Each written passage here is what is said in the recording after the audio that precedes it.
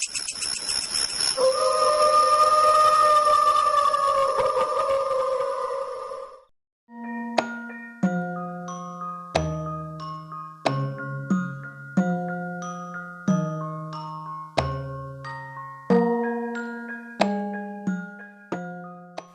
pepanggihan malih kalian Subadi Prawata. Ing kalodhangan menika badhe ngaturaken waosan buku basa Jawi Jagating Lelembut. Anggitanipun Sri Wijayati kanthi irah-irahan Buntelan Nyolowati ing pojok omah.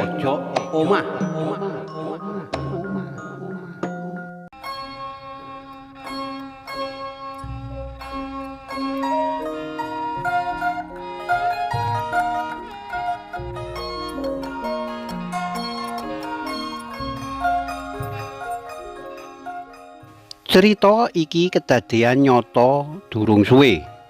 Ing sawijine desa ana omah sing bangunane apik, kuat, gedhe, magrong-magrong. Nanging manut panyawange wong umum, omah kuwi rada singup. Wingit ana hawa sing jahat. Omah gedhong kuwi dienggoni wong papat. Bapak aran Jumarwan, ibu aran Jumini, lan anake loro. Embuh apa sebabe anak loro sing manggon ana omah gedhong kuwi tekan ing pati. Tangga teparo katon padha kaget lan layat. Ngrupti layone, ngedusi, ngafani, banjur mancakake donga-donga zikir lan sholawat bengi kuwi.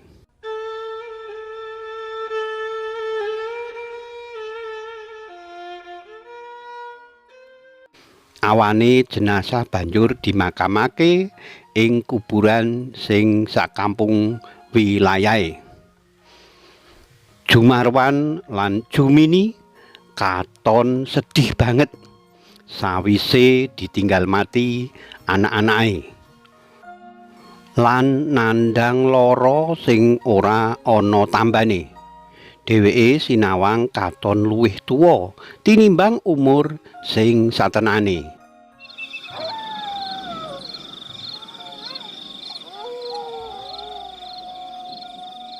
Ing sawijining wengi, Jatmika tanggane Jumarwan bebarengan karo pawang spiritual ya Bapa Kyai kanthi sesideman teka ing omah wingit kuwi. Sawise nliti kahanan njaban omah, banjur ngerti menawa ana barang nyolowati sing dipendhem ing pojok bangunan omah. Kanthi tujuan sing ora jelas, barang nyolowati kuwi temahan malati marang wong-wong sing manggon ing omah gedhong kuwi. Barang nyolowati kuwi bisa nyebabake matine kabeh wong sing manggon ana kono sing lagi suwung imane. Kanthi sihing saka Gusti Allah, barang nyolowati sing wis dipendhem kurang luwih 20 taunan bisa diangkat saka njero lemah. Ana wong sing pinter bisa nyembadani kahanan kasebut. Bengi iku uga Bapa Kyai kondur lan masrahake barang nyolowati kuwi marang Jatmika. Pesene Bapa Kyai sang pawang. Iki buntelan barang nyolowati dak pasrahake sampeyan Pak Jatmika. Lan ora sah kesuwen enggal dilarung, ora sah takon sapa sing masang. Jatmika nampani buntelan kuwi banjur mangsuli. Inggih ngestokaken dawuh Bapak Kyai.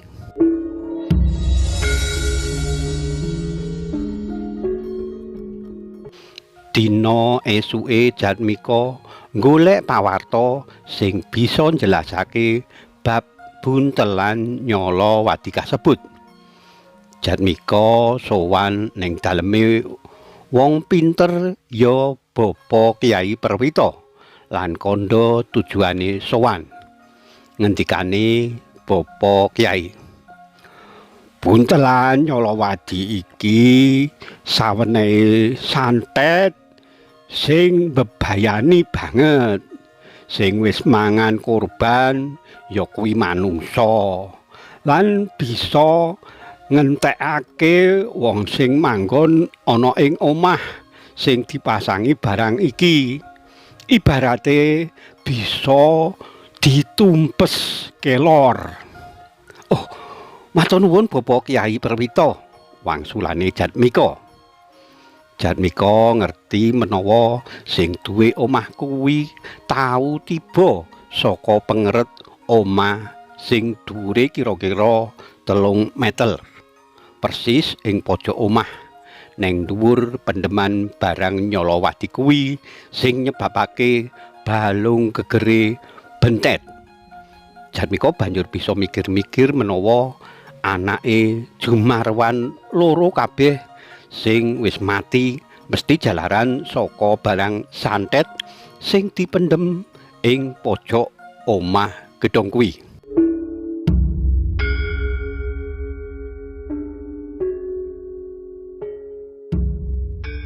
Gandeng wis terwaca kahanan Nyolowadi kuwi, Jatmika wis ora ragu-ragu maneh.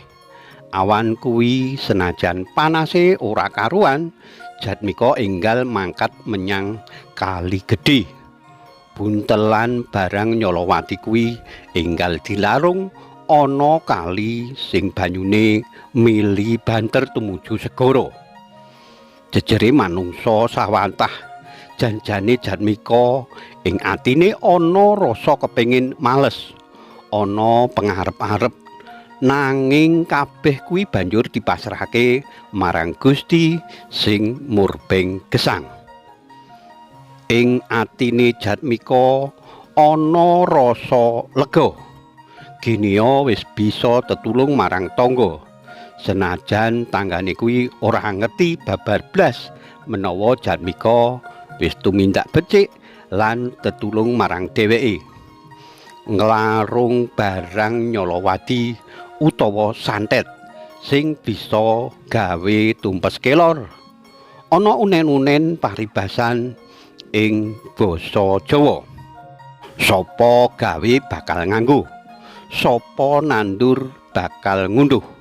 Muga-muga sing nandur santet uga bakal ngunduh ala kaya sing wis ditindakake, nyilakani keluargane wong liya. Dene sing nandure apik tetulung marang wong liya, muga-muga oleh piwales kabecikan, guneme Jatmika. Pancen urip ing donya kuwi luwih becik sing apik tumindake marang sapa wae, ngedohi lan ninggalake tumindak culika sing bakal gawe cilakane wong liya. Saiki jamane jaman edan. Yen ora melu edan ora keduman, nanging isih luwih bejo wong sing tansah eling lan waspada. Paribasan iki wis kelakon nyata. Kandhane Jatmika jroning batin karo mangkat mulih. Karipta dening Sri Wijayati.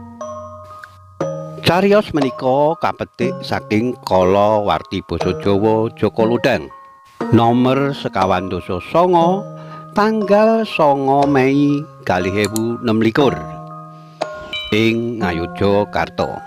Matur nuwun awit kawigatosanipun saged pepanggihan malih wonten ing cariyos-cariyos sanesipun.